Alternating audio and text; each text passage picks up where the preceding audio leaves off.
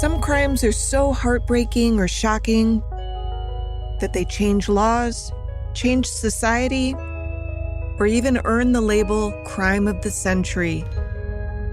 But the stories that made headlines in decades past aren't necessarily remembered today. I'm Amber Hunt, a journalist and author, and in each episode of this show, I'll examine a case that's maybe lesser known today, but was huge when it happened. This is Crimes of the Centuries.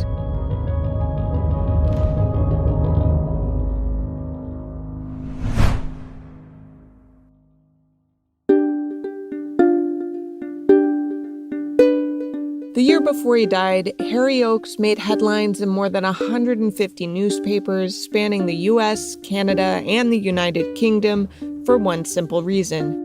He was one of the richest men in the world, so anything that happened in his life seemed fit to print.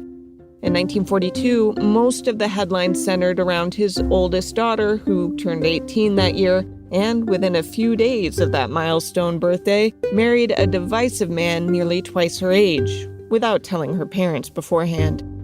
The coverage was just what you're probably imagining. Schoolgirl heiress, 18, weds French count twice her age. Maybe you weren't quite imagining that because I didn't mention the man she married was a count, but that's a long story I'll delve into later. What's important to know now is that Nancy Oakes' new husband was a man named Alfred de Marigny, and when word of their nuptials spread, it was controversial for a lot of reasons. For starters, Nancy was Alfred's third wife. His first marriage had lasted just 4 months, and instead of returning the dowry, as many believed he should have done at the time, he kept it, earning him a reputation as a gold digger. His second wife had been married to one of his good friends when they began sleeping together, and soon after she left her husband and child to marry Alfred, he more or less abandoned her to spend his days sailing aboard a ship he named Concubine. He was known as a cocky and handsome rabble-rouser, someone so bold his own father stopped talking to him. Anyway, Harry Oakes had known Alfred because their professional circles overlapped. Harry wasn't thrilled with the marriage, but he adored Nancy, a copper-haired beauty with wide-set eyes who newspapers of the time described as the favorite of his children. So he and his wife Eunice cried and complained about the wedding, but ultimately accepted it. They didn't want to drive a wedge between them and Nancy, who made it clear that if forced to choose, she'd be choosing her new husband.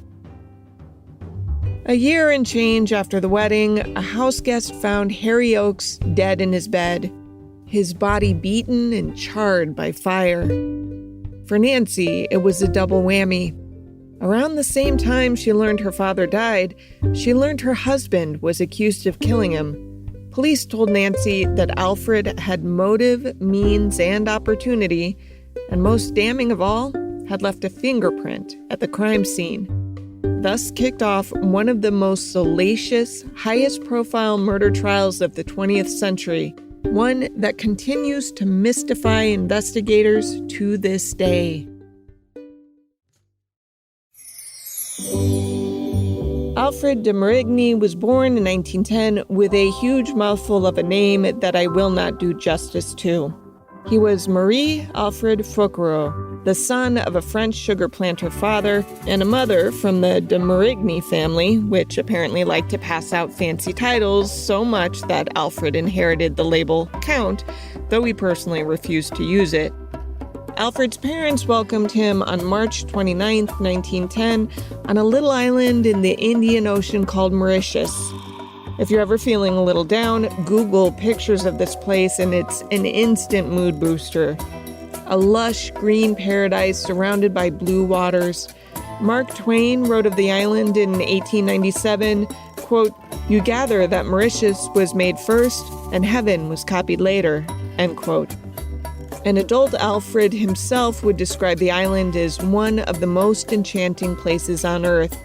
Quote, "Mountains loomed above the coastline, and the reefs that girdled the white sandy beaches formed lagoons of transparent water. Here swam the richest variety of tropical fish in the world. A 3,000-foot dome in the center of the island was evidence of a huge volcano millions of years ago.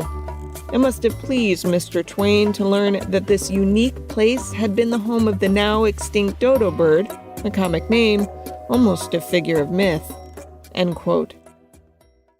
When Alfred was 3 years old, his world was turned upside down with news that his mother had died. After that, he moved into a large colonial house with his paternal grandmother and two quote-unquote spinster aunts. He rarely saw his father. Alfred later said, quote, "I had no memory of her, little knowledge of him. They were not discussed in my presence. Yet I felt secure in the home of an adoring grandmother, and at some point I stopped asking the questions that had always gone unanswered." End quote. Mauritius has an interesting history that might at first seem tangential, but in reality, it's pretty key in understanding Alfred's upbringing. From a super quick history of Mauritius, posted by Mr. History on YouTube. Smiling in the waters east of Madagascar is the subtropical island we call Mauritius. For most of history's millennia, the island was uninhabited, and while seafarers from the Middle Ages onward knew of its existence, they never bothered settling there. The island was so remote that no one was keen to settle there. The Dutch came along in 1598 and gave living on the island a go, though that attempt was short-lived.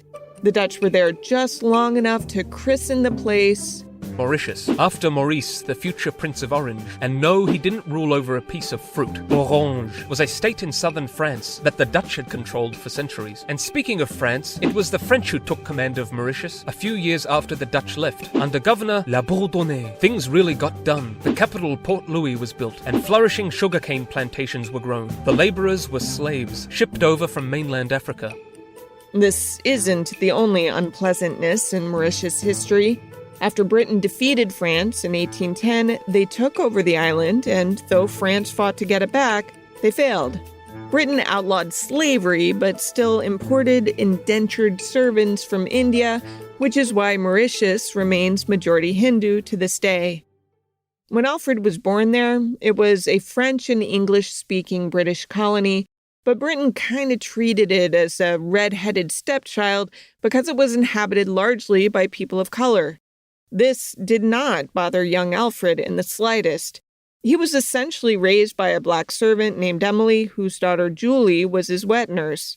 He wrote, quote, "Each morning after taking classes from a priest, I was free to play with the children of the black servants who lived in a camp behind the house near a fruit orchard. There, children laughed, dogs barked and tussled, cats watched, chickens, followed by their broods, roamed in search of food, roosters crowed, ducks, goats, and geese mingled into one heterogeneous family." End quote. In short, even though his language can sound uncomfortably patronizing when reading it today, Alfred, who wrote a memoir in the 1960s, said it never occurred to him to consider the others on the islands as lessers. I mean, no duh, right? But that wasn't the norm when he was in his 20s and 30s, and it was actually his refusal to not treat others as inferiors that would help earn him the controversial reputation that would eventually put him in the crosshairs of a murder investigation. Now, I mentioned earlier that Alfred had been told that his mother died when he was 3. That's what he had been told by his father, and more so, his father's family, since his dad wasn't around much as Alfred was growing up. His paternal family seemed loving, yet distant, sending Alfred away to boarding school, where he lived in what he called a cubbyhole, where his days became a blur. The social change was traumatic, Alfred later wrote. Quote, "I had been transplanted from a tropical island surrounded by warm and interesting people into the arid atmosphere of a Jesuit school in frigid Normandy," end quote. The boys at the school were in snobbish cliques who mocked Alfred's accents and habits.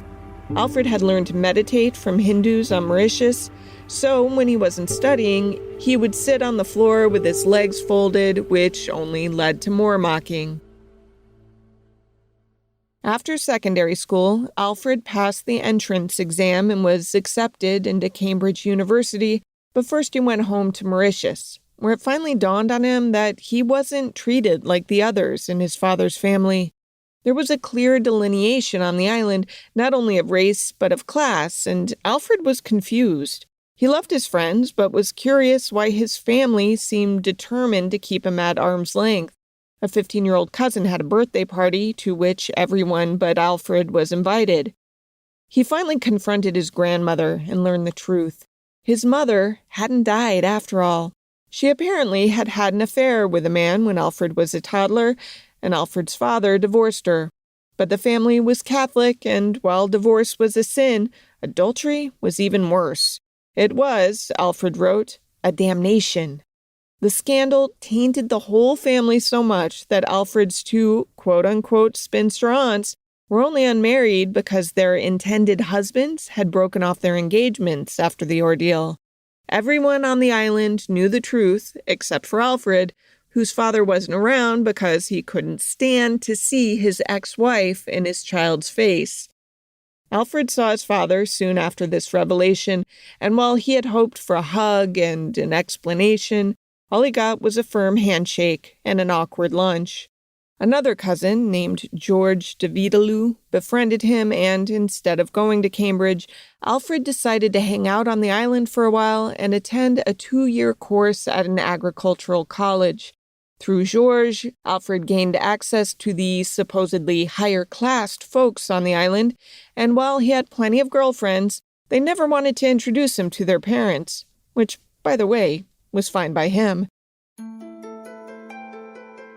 One day, while eating at the island's tennis club, a man approached Alfred and said a lovely woman wanted to meet him. Alfred joined the man's table and learned the woman accompanying him was Alfred's mother. She invited him to visit her sometime in France, where she lived year-round. Soon after, Alfred announced at dinner with his paternal family that he'd had the pleasure of meeting the mother that they had all told him for so long was dead. He said, "I found her to be a stunning woman." Alfred's father was not pleased. He clenched his fists and said, "Her or me." In the true smart-ass fashion of a young adult traumatized throughout his childhood, Alfred replied sarcastically, quote, "I am certain that you do not mean what you have said. I was raised in a Jesuit school, a devout Catholic. I am certain you could not ask me to pass judgment on my parents." End quote. Alfred's father stormed from the table, and the two never saw each other again. Alfred formally dropped his father's surname and adopted his mother's family name as a rebuke. Harry Oakes, Alfred's future father-in-law, had a very different upbringing. He was born in 1875 in Sangerville, Maine, as one of 5 children to William and Edith Oakes. William was a prosperous lawyer who went to great lengths to provide whatever he could to his children, which meant that Harry went to a private preparatory school called Foxcroft Academy before moving on to a private liberal arts college in 1896. After that, he spent 2 years at Syracuse University Medical School, but becoming a doctor wasn't his destiny. He was more interested in digging for gold. In 1898, when Harry Oakes was 24 years old, he bailed on med school to go to Alaska during the Klondike Gold Rush. You might think his parents would have been disappointed, what with spending all that money on their son's education only to have him kick it in favor of looking for quick riches. But Harry's family actually helped fund his excursions. For the next 15 years, Harry Oakes roamed the world, prospecting in Australia and California, before striking lucky in northern Canada. That's from an episode of Great Crimes and Trials of the 20th Century, a 1990s History Channel series. Harry finally found what he'd been looking for in northern Ontario, as explained in a video posted by Views on the News. He hits it big. How big is this? He hits the second largest gold mine in the Americas. The second largest? He stumbles on this in Canada. He found the gold on land he bought near Kirkland Lake. There he found a seam of gold some 40 foot thick and miles long. By 1921, Oakes's Lakeshore mine was in full production, making him one of the richest men in the world. The lonely years as a struggling prospector had made Oakes an abrupt and gruff person, but he could be enormously generous with his wealth. Now, you might not think of Canada when you hear the phrase gold rush, but you probably should. By 1930, Ontario had become the world's second largest producer of gold, and Toronto was well on its way to becoming the global center of the mining industry. That's Charlotte Gray, author of the book Murdered Midas. Harry Oakes, who had managed the unique accomplishment of developing and retaining ownership of his own private gold mine, who had become tagged in the newspaper as the richest man in the British Empire, and who had been created a baronet for various acts of philanthropy. Harry had always been one of those rough on the outside, gooey on the inside types of guys, though some people found his exterior to be impenetrable.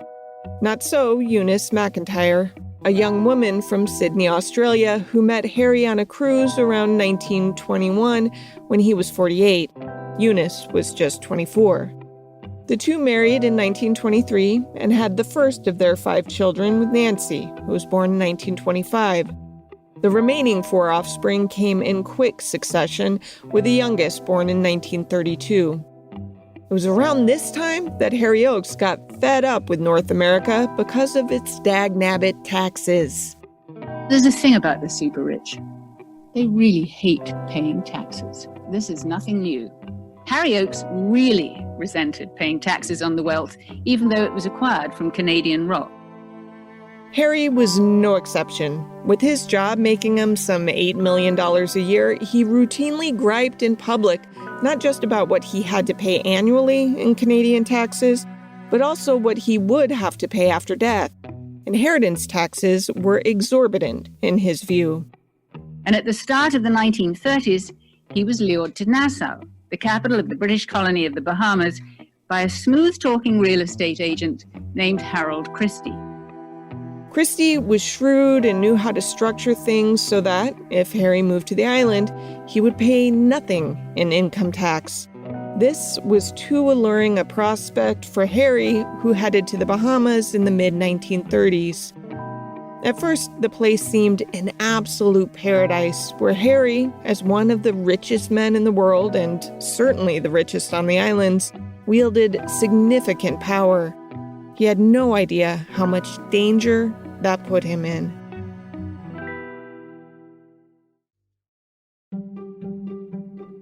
When Harry Oakes moved his wife and 5 children out of Ontario, it was big news. In fairness, though, that's not just because of the Oakes name or his money.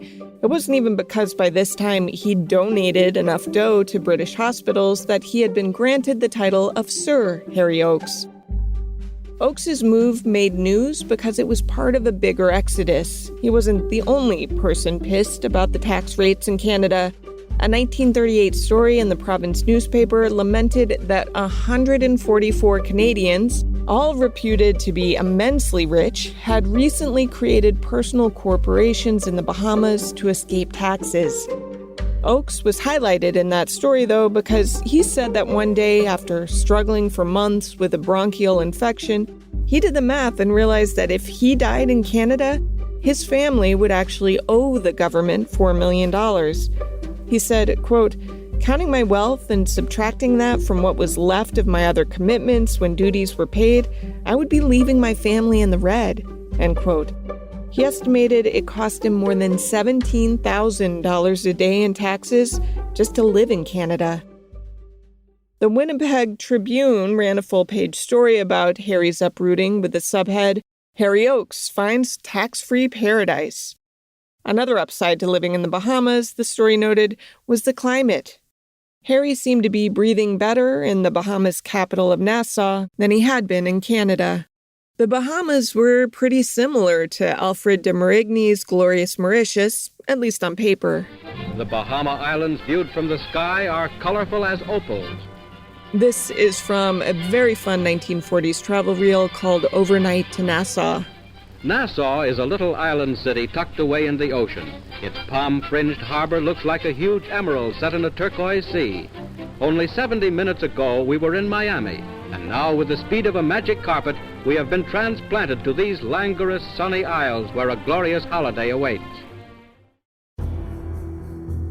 But the Bahamas' bloody history puts that of Mauritius to shame.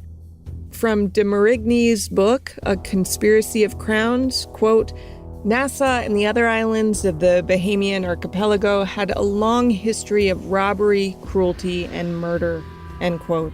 The Bahamas were discovered by Columbus in 1492, claimed by Spain, taken by England, and constantly plundered by pirates. Fort Fincastle played its historic part when Nassau was a center of attacks from freebooters and pirates who preyed upon the treasure ships of old Spain. Its early inhabitants were pirates who not only ignored attempts to establish laws on the land, but once responded to an administrator sent from London to bring order to the place by roasting him on a spit.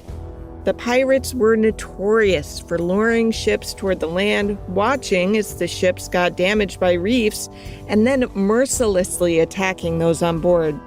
I mean, we're talking blood-soaked beaches, corpse-filled bays, really ugly stuff, which strangely the travel reel doesn't mention at all. Over the centuries, the Bahamas slowly but surely embraced some rules and lots of enslaved people. The Europeans were so terrified of the non-white folks that there were strict rules. From A Conspiracy of Crowns again, quote, to relieve their fears that the races would mingle, producing an inferior breed, they adopted a form of apartheid. Under no circumstances could a black remain in the settlements after sundown under penalty of being shot on sight, end quote. In short, there was a stark divide between the races that hadn't let up by the time the Oakes family called it home. By then, the general breakdown on the island went something like this. Most white people living there were rich business folk. Mixed-race people were lawyers, doctors, teachers, civil servants, that sort of thing. And, as Alfred de Marigny put it in his book, quote, Negroes worked as domestics and small shopkeepers, end quote.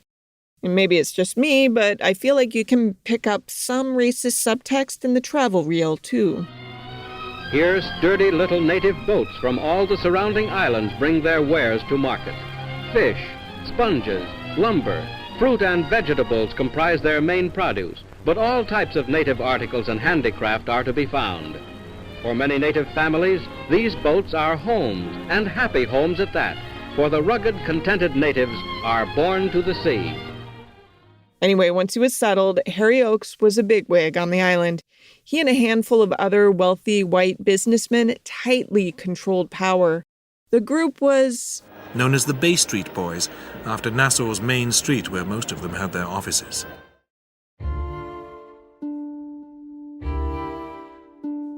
And they included the Duke and Duchess of Windsor, who had just arrived to the Bahamas to serve as governor and first lady.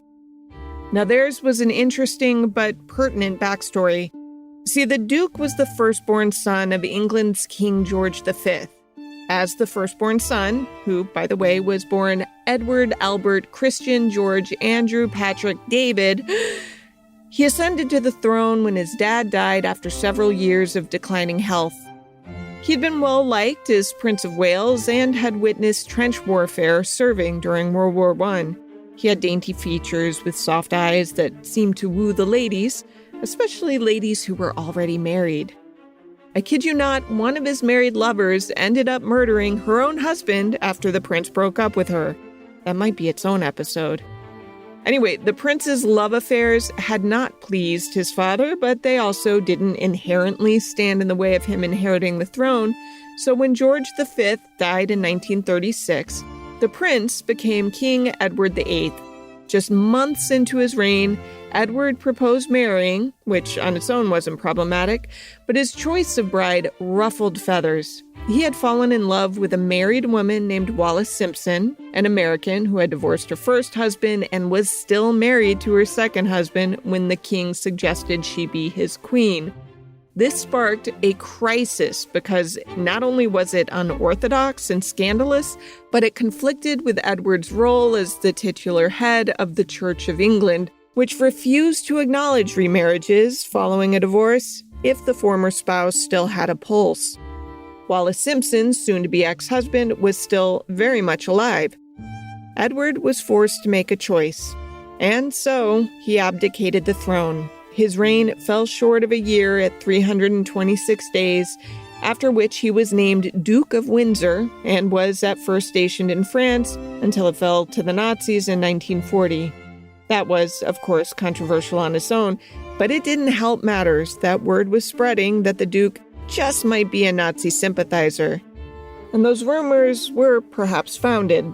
Exiled from the kingdom he used to rule, Edward VIII, now the Duke of Windsor, and his wife traveled to Germany on the invitation of Adolf Hitler.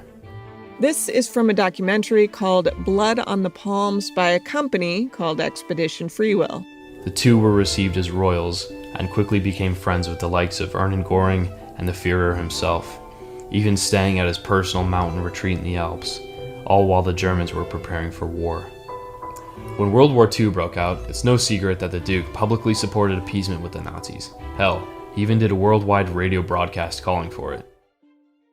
Conveniently, a lot of this was overlooked at the time because people liked the romantic tale of the lovesick king who couldn't bear to give up the woman he adored. That's the story he told, as you can hear in his abdication address. That I have found it impossible to carry the heavy burden of responsibility without the help and support of the woman I love. The emphasis basically created a fairy tale narrative that distracted people from looking much deeper at the king. It also cast Wallace Simpson as the villain of the story, so even people interested in digging a little were usually looking into her, not him. Here are a few voices from a recent BBC Select documentary. That twisted ideology of Nazism, that appealed to him. His arm went up like that, with a vague sort of salute. It wasn't talked about. I'm utterly fascinated by what's coming to light now.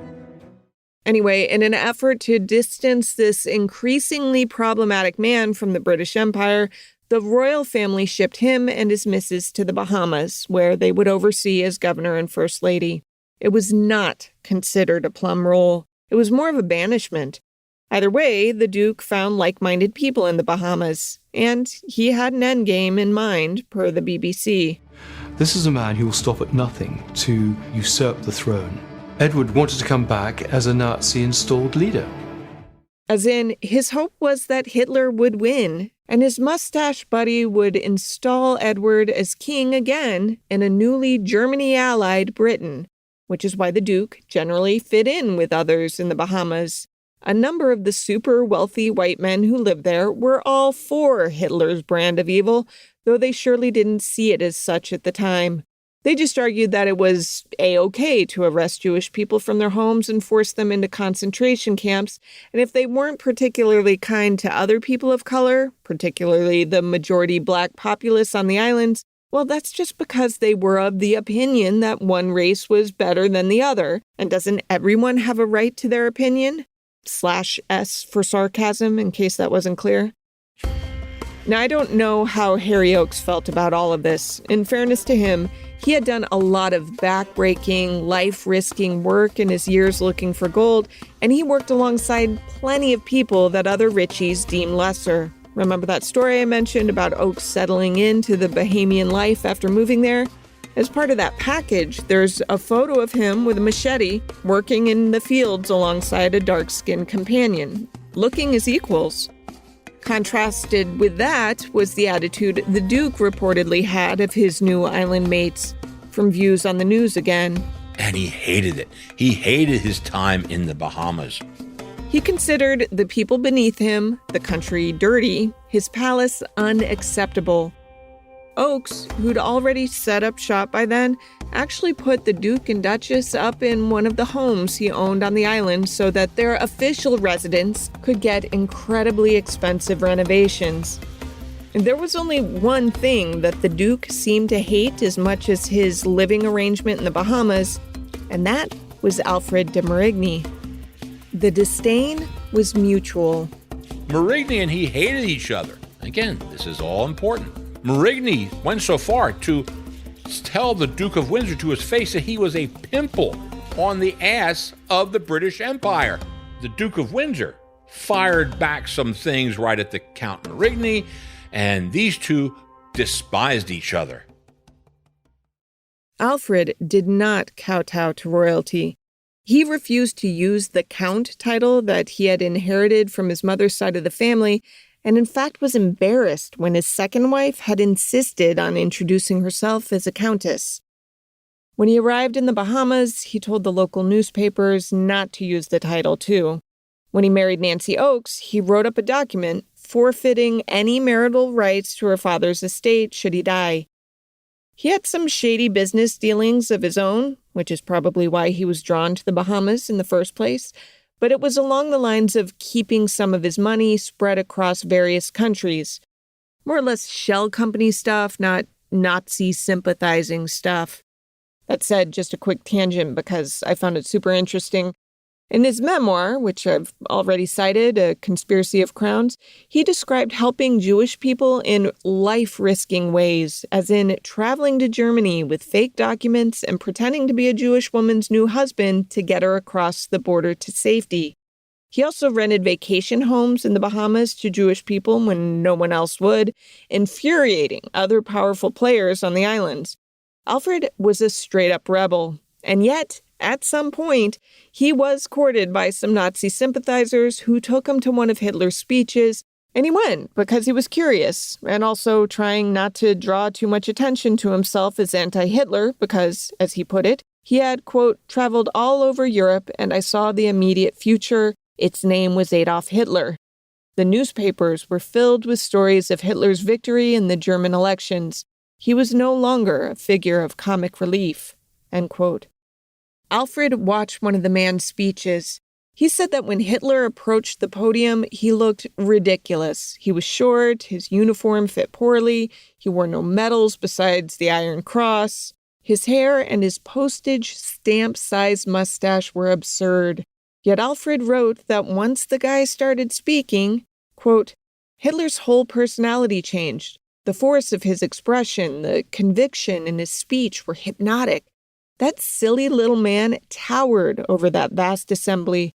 As Hitler swept the crowd into his act, I found myself shouting Heil with the rest of them, without realizing I was doing so, and in spite of the contempt I felt. Worse yet, I had no idea what he was saying, end quote.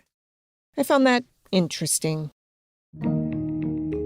Anyway, Alfred and the Duke butted heads on all sorts of issues, one of the biggest being Alfred's support from a group of 7 refugees who had arrived from Devil's Island. They were all men of color, 2 were gay, and Alfred insisted they be treated well. Harold Christie, one of Oakes's friends, led a campaign to dispose of the men by putting them in jail, but Alfred fought for them, said they were human beings and had rights, and he won. The men ultimately integrated into the community, and when one of the men later got married, Alfred provided the dowry. In another conflict, Alfred dug a well on his land for fresh water and decided to pipe it to native citizens. A rich lady, building a house next to Alfred, appealed to the Duke. Wouldn't it make much more sense to have that fresh water sent to my house? After all, these people have been living without it for so long, they won't know what they're missing. The Duke tried to persuade Alfred, who balked. Nope, he said. If that woman wants fresh water, she can dig her own well. All of this is to explain that the Duke and Alfred weren't exactly pals when gruesome news tore through the Bahamas on July 8, 1943. Harold Christie said he had stayed overnight as a guest and awoke to a horrifying scene. Harry was dead in his bed. Blood dripped across his face, and most disturbing of all, his body was partially burned. The flames focused on his genitals and his eye sockets. That immediately eliminated any question that the death might have been self-inflicted. No, it was quite clear that Sir Harry Oakes had been murdered. And, as we'll explore next episode, the Duke of Windsor quickly stepped in to solve the case.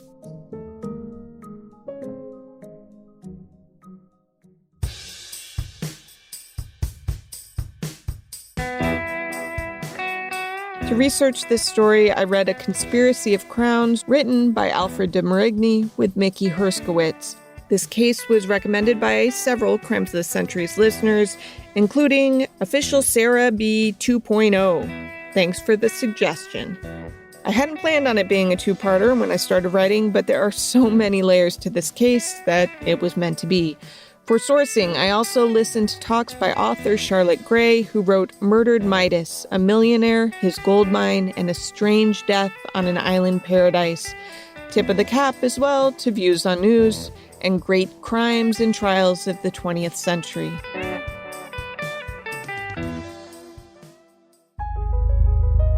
Crimes of the Centuries is a production of the Obsessed Network. To learn more about its shows, go to obsessednetwork.com. This episode was written by me, Amber Hunt, and produced by Jennifer Swatek. Steve Tipton edited the script. Original music is by Bruce Hunt and Andrew Higley. Other music comes from Blue Dot Sessions and Universal Music Productions. If you like us, help us out by rating and reviewing us on Apple Podcasts. For more information or to recommend a case, go to centuriespod.com. On Instagram and Twitter, we're at CenturiesPod, and check out our Crimes of the Centuries podcast Facebook page.